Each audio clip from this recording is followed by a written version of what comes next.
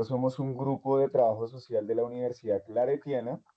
En este momento estamos indagando sobre temas administrativos respecto al trabajo social. Entonces las preguntas están enfocadas precisamente en conocer su percepción frente a la administración y cómo gestiona todo el tema de los recursos usted en su organización. Entonces, vamos a arrancar de una vez presentándonos. Pues, en el grupo usted va a encontrar a Denis, a Gina, a Lina, a Liliana y quien le habla, Víctor. Eh, y arrancamos con la primera pregunta. Entonces, ¿cómo entiende y aplica la gerencia social en su labor profesional? Por favor, nuevamente me repite la pregunta. Claro, señora Lucelena. ¿Cómo entiende y aplica la gerencia social en su labor profesional? Gracias. Primero, buenas noches. Muchas gracias a cada uno de ustedes por este espacio. Mi nombre es Lucelena Rivas Valencia. Soy veratóvida. Hago parte del resguardo indígena El Salado en Vigía del Fuerte Antioquia. Allí soy consejera indígena mayor y con gobierno mayor hago las veces de trabajadora social, pero también acompaño el proceso de derechos humanos como profesional social. Bueno, frente a la gerencia social, que es, bueno, mi formación como tal, lo que ha tenido el trabajo social es que ha venido transformándose de acuerdo a las necesidades que se han venido dando en el desarrollo de la ciudad misma y de la humanidad, ¿sí? Pero cuando yo me formo más en una calidad de investigación frente a las capacidades del sujeto, del ser humano. Pero frente a toda la revolución que se ha venido dando, la gerencia social ha sido un enfoque, más que una línea de trabajo, es como un enfoque que puede colocar a las personas, no solamente a la comunidad como nosotros trabajamos con comunidades, sino a las personas a gerenciarse, o sea, a autoadministrarse desde sus capacidades para saber qué y en qué se pueden ejercer, ¿sí? Que sean tan autónomas y tan independientes en los alcances y las capacidades que tienen, no importando que hayan tenido una formación académica, sino reconociendo las capacidades como seres humanos. Eso es del sujeto, ¿sí? Desde las comunidades es poder acompañar los procesos de las comunidades que pueden hacer ellos como si fuera un sistema de las capacidades que tienen cada uno articuladamente para proyectar acciones que sean más que de impacto, sino que se mantengan en el tiempo, como cuando uno dice capacidad instalada, ¿sí? Entonces fortalecimos a esta comunidad y le dijimos, gobernador, usted tiene toda la capacidad. ¿Por qué tiene toda la capacidad? Porque tiene una comunidad que cree en usted, porque usted ha mantenido esta comunidad unida. Tiene un grupo de guardia indígena, tiene territorio, tiene un clima súper bueno en el territorio. Esto es un sistema, es algo que para nosotros siempre toca no simplemente contar con nosotros los pueblos indígenas, no simplemente contar con el sujeto porque nosotros somos un todo, ¿sí? Entonces está lo que nosotros llamamos madre tierra y lo que nosotros llamamos, sin la madre tierra no estaría el sujeto, sin el sujeto no estaría la madre tierra. Entonces siempre tratando de articular como esos elementos, siempre a partir de ahí uno diría, en la gerencia social estaría a partir de que ellos reconozcan los valores que representa ese territorio y ellos en él, y ellos en ellos, ¿sí? Porque la madre tierra solo produciría en la medida en que ellos gestionen sobre ella. Desde ahí sería esta parte. Muchísimas gracias, señora Un momento, Lucelena. Entonces debo a una de mis compañeras.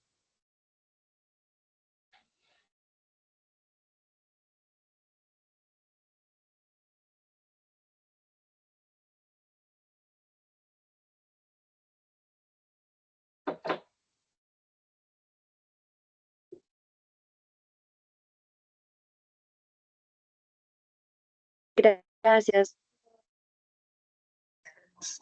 Bueno, ya, con toda la disposición. La segunda. Muchas gracias.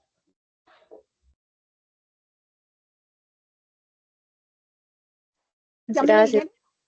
Escucha. O me Gerente. preguntan qué más necesitan, no les quedó claro como esa partecita de gerencia social desde el trabajo social. Sí, Para sí nosotros nos quedó clara. Sin embargo, creo que mi compañera Denise en este momento está teniendo un poquito de problemas de conexión, entonces creería yo que continúo con la siguiente pregunta y es ver qué desafíos ha enfrentado en la gestión de programas o proyectos, qué desafíos usted se encuentra en este rol de de gestión social, de gerencia Bueno, social. desafíos por montones cuando las personas no reconocen sus capacidades humanas, sus capacidades de gestión propia. Cuando un sujeto, vea, uno puede hacer lo que, decir, tener todos los elementos ahí, y si la persona no reconoce esas capacidades que puede hacer desde esa gestión social propia, desde esa gestión humana para sí mismo, nunca va a tener la capacidad de hacer la gestión social para los demás y para una comunidad. ¿Dónde está la revolución de todo esto? Si unimos a un tercero, primero a un primero que sería mi persona como trabajadora social, es colocar a ese sujeto primero en reconocer sus capacidades. Esto es una revolución casi que ellos consideran y se ponen, en mi cabeza estoy poniendo como en lo que más me muevo yo, que es pueblos indígenas, ¿sí? Que es cuando coloco los pueblos indígenas de por medio, entre nosotros como pueblos indígenas nos queda muy claro muchas cosas entre nosotros mismos y tenemos discusiones muy apropiadas, muy entre lo propio porque lo reconocemos y sabemos de qué estamos hablando cuando utilizamos nuestro idioma de pares, ¿sí? De pares. Pero cuando utilizamos un lenguaje con otro contexto de sociedad que tiene una formación académica diferente, se crea una disyuntiva de creer o pretender que yo soy menos que el otro, porque estoy en el contexto del otro y siempre he creído de que el otro, como nunca he visto al otro en el mío, para saber cómo se va a desenvolver en mi contexto, entonces si soy yo la que voy a ir al otro espacio, me voy a ver como el que menos tengo la capacidad de gestionar por mi bienestar y por el bienestar de los demás.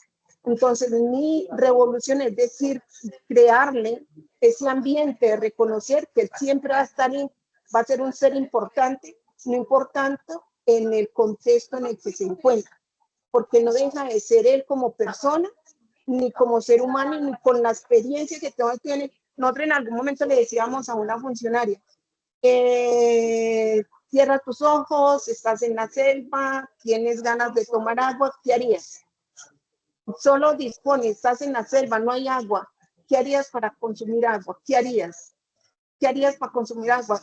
¿Qué conoces ahí en ese intermedio para consumir agua? Ella estaba perdida, ella no sabía qué respondernos porque no conocía. Si yo me pongo en la tarea de decir que yo conozco todo lo que no, yo voy a trabajar es tener un enfoque. Bueno, hay otra parte que voy a analizar y es para el tema de los proyectos. Si yo no tengo claro la dimensión de lo que voy a alcanzar a hacer y solo lo estoy mirando por cuestión económica, entonces se crea una disyuntiva con la persona que vaya a generar los recursos. Porque si esto no tiene un impacto social, yo cometí un error en una ocasión. Cuando uno tiene baño, a veces muy cercano, baño sanitario, ¿sí? En un proyecto social indígena, con todo, para hacer cualquier cosa siempre es con la comunidad, determinamos hacer unas viviendas e hicimos unos baños. Ellos nunca utilizaron el baño. ¿Por qué? Porque ellos consideraban que lo que iban a hacer ahí se iba a quedar ahí. La dimensión de ellos, de eso que salía de nosotros, no podía quedar tan cerca de la casa. Y entonces ellos nunca crearon la dimensión, el problema y la falla fue mía. Ese proyecto de decir que íbamos a tener una conexión con el tema de, es que parece, bueno, yo quería que cuando uno va a la comunidad y uno tiene que ir al río a hacer su necesidad hasta el río, es de noche, y uno tiene que coger un largo trayecto para ir hasta el río, y yo no, esto tiene que cambiar, revolucionemos eso, pero eso está en mi cabeza, eso no está en la de ellos. Entonces, si yo voy a crear ese impacto de proyecto social sin todavía dimensionar lo que para ellos es importante en ese contexto, entonces sí, eso es una falla. Esa fue una gran falla. Y a partir de ahí me di cuenta que todo tiene que ser muy dialogado, muy contextualizado, por qué hay que hacer este proyecto, pero siempre muy desde la dimensión que ellos consideran todo. Porque uno cree que es pequeño para uno, pero para ellos toda una dimensión, es todo un mundo. Y así es creo que para cualquier ser humano, todo es un mundo. No sé si di respuesta. Por ejemplo, cuando vamos a montar proyectos, ese es un proyecto de vivienda que se dio y si bien teníamos los recursos, desperdiciamos plata en ese que fue el más caro. Le cuento que ese baño fue el más caro porque había que traer arena desde muy lejos. Hay territorios indígenas, nosotros en Veras se determina por geográficamente cómo nos ubicamos, ¿sí? Y los ellavidas no son seminucleados. Entonces, una parcialidad o parentela se ubica en un lado y para ir a la otra parentela, que es, por ejemplo, abuela, tío, tía, para ir a otro núcleo familiar así, parentela grande, uno tiene que recorrer casi 1 hora, 2 horas del mismo pueblo, en el mismo territorio, para poder ir a hacer proyectos sociales con personas de desarrollo, que energía, que agua, que algo así ambiente, de agua potable. No es fácil porque todos viven muy dispersos. Cuando uno mira al pueblo de Óvida, el pueblo de Óvida es unificado. Vivimos casi en un circulito, todos muy, muy junticos. Entonces eso también es necesario, conocer todo un contexto para poder generar algún impacto en las acciones que se quieren hacer en territorio. Pero lo hemos logrado. Así es, Mayora Luz Helena.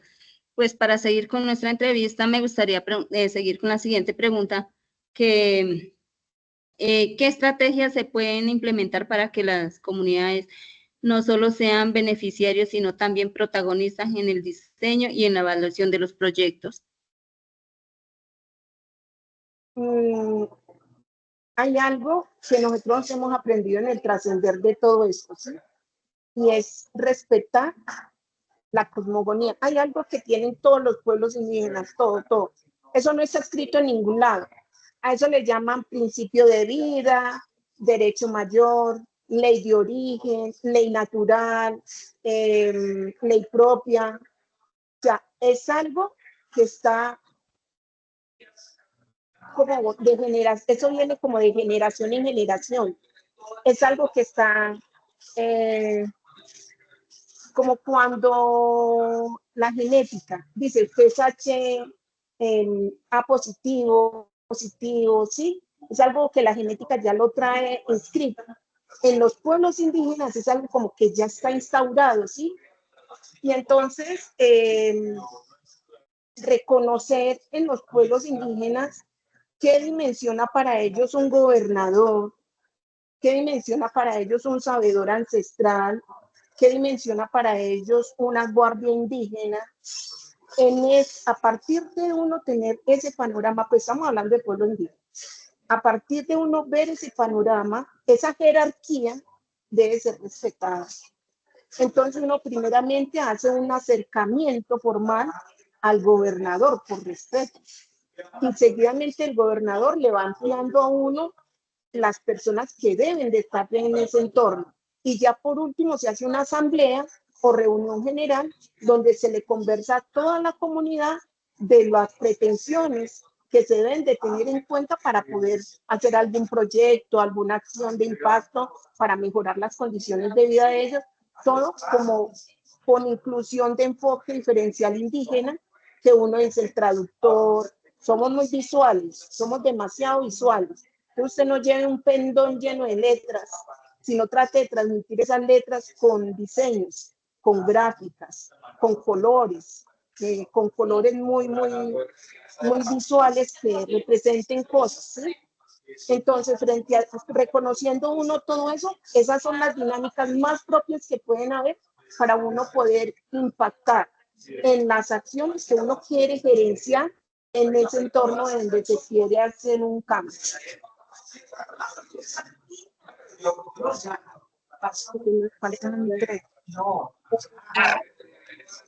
Para continuar, ¿qué ¿Qué herramientas pasa? de evaluación considera más útiles para garantizar la eficiencia y a la vez el impacto social? Otra vez. Herramientas de planificación o evaluación considera más útiles para garantizar la eficiencia y a la vez el impacto social. La herramienta somos nosotros mismos, son las personas.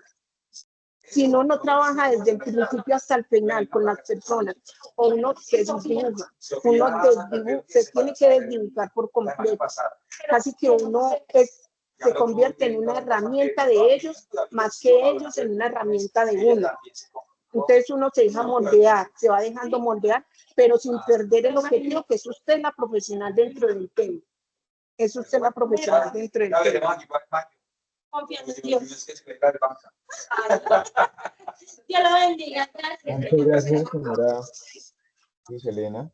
Quiero agradecerle por la entrevista y vamos a finalizar. Creo que las otras preguntas ya están contestadas desde la intervención que ya he hecho en las otras preguntas. Entonces me gustaría finalizar, si me permiten mis compañeras, con la última pregunta que tiene que ver con ética profesional. Entonces, Bueno, frente a la desde su experiencia, ¿qué papel juega la ética profesional en la toma de decisiones administrativas dentro de un proyecto social?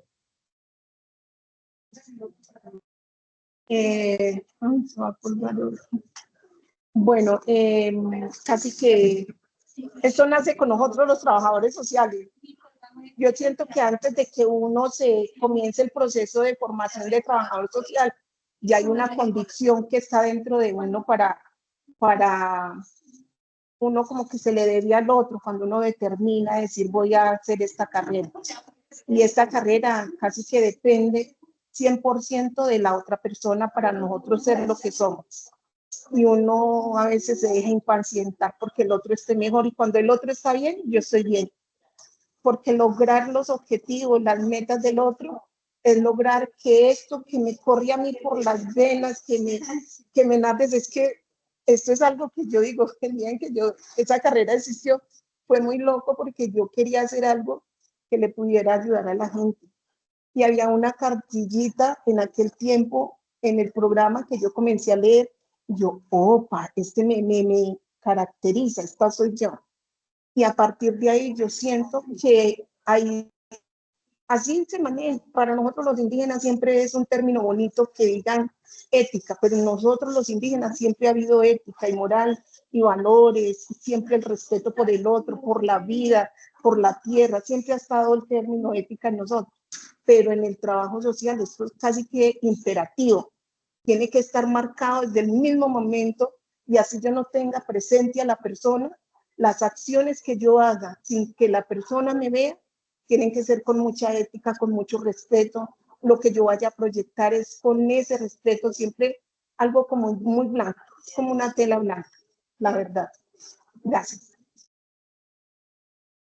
A su merced, muchísimas gracias por este espacio, por este enfoque humano que nos dio, por las anécdotas que comparte con nosotros en este proceso tan reales que muchas veces nos hace falta nosotros como estudiantes llegar a estas realidades. Le agradecemos mucho por el espacio que nos brinda. Esperemos poder compartir con usted otros espacios en los cuales nos siga enseñando muchísimo más. Muchísimas gracias. Muy amable, gracias a Lili. La verdad, ella es una, caminando allí en el proceso, ella sabe cómo casi que el lugar donde uno se encuentra también es de gran desperticia para uno aprender y ser volar, porque a veces la forma en que uno se encuentra en los lugares lo recrea uno para ambientarse y direccionar para donde, porque el trabajo social de un momento a otro coge una dimensión como si fuera un abanico de colores, donde se puede hacer muchas cosas demasiado y uno creyó que era solo gerenciar desde un centro de salud, gerenciar desde un hospital, gerenciar un proyecto, un macroproyecto en una ciudad o en un barrio. Creyó que nada más era eso, pero el impactar en lograr reconocer en las personas y lograr que una persona no se, hoy en día tenemos compañeros indígenas con esa condición de salud mental muy rayada. Y en nosotros, trabajadores sociales, está un deber porque nosotros tenemos un don de la palabra, de la escucha. En nosotros está una responsabilidad social para esos compañeros, seres humanos que se nos están quitando la vida, se están suicidando porque no creen en ellos, no se están aprendiendo a autoconocer como les he venido diciendo. Muchas gracias. A su merced, muchísimas gracias. Mayora Luz Helena,